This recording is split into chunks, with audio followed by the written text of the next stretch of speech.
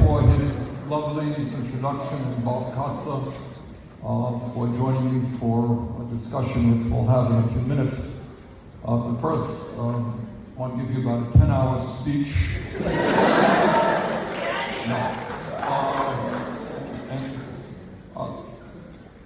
So let me thank you for coming out and to tell you why I've recently written a book called It's Okay to Be Angry About Capitalism.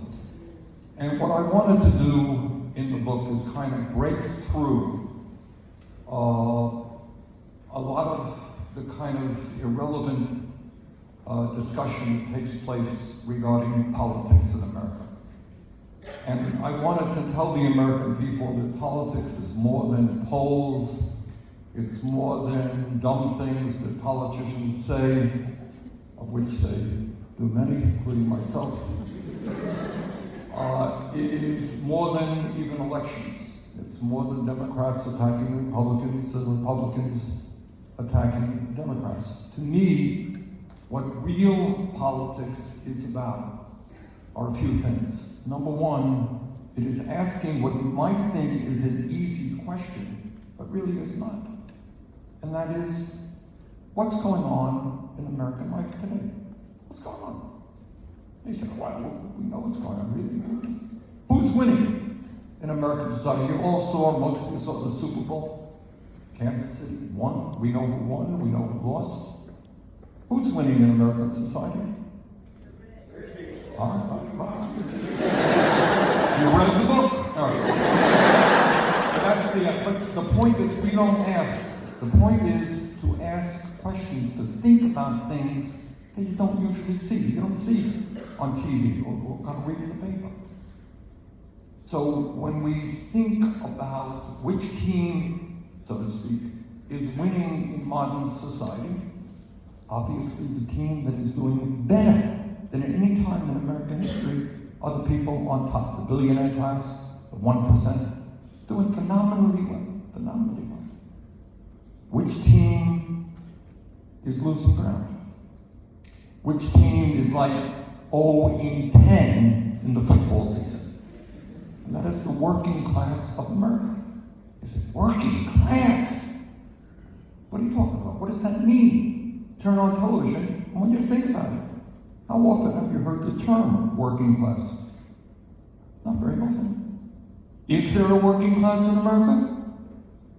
What do you think? Is there? Yeah, of course there is. Happens to be the significant majority of the American people.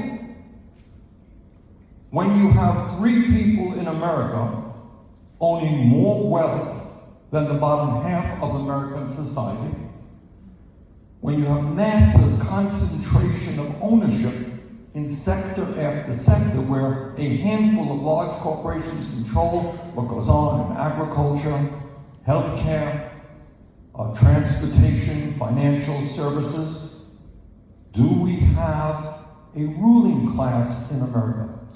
What do you think? Is that a question that you ever ask yourselves? Do you hear that discussed much in class? Do you hear it discussed much in media? Do you hear it discussed much in the United States Congress? Do you hear anyone say, well, ruling class today, we cannot even begin, and there are reasons why this, to conceptualize what is going on in American society. Why is that? Because the people on top have enormous, not only economic power, which they do, we'll get into that in a minute, not only enormous political power, they also have enormous media power. And they kind of define what we are allowed to get upset about and outraged about, and more or less what we are not allowed to talk about. So what that book is about is trying to break through all of that and talk about reality. And here is the reality. The reality is that in America, despite the huge explosion of technology in the last 50 years, which makes you guys far more productive than your parents in terms of output because of that technology, the weekly average wage for an American worker today in real inflation-adjusted dollars is lower than it was 50 years ago. Got it? Over a period of 50 years, think about the explosion in technology. People are much more productive than they used to be, and yet that average worker today, weekly income, less than it was 50 years ago. In the richest country in the history of the world, over 60% of our people are living paycheck to paycheck. You all know what that phrase means, paycheck to paycheck? Some of your families are living paycheck to paycheck. Means you work hard, the end of the week you got nothing, your car breaks down, you're in a lot of trouble. They raise the rent, you're in a lot of trouble. Paycheck to paycheck, over 60%. It means that in America today, you got 85 million people who are uninsured or underinsured.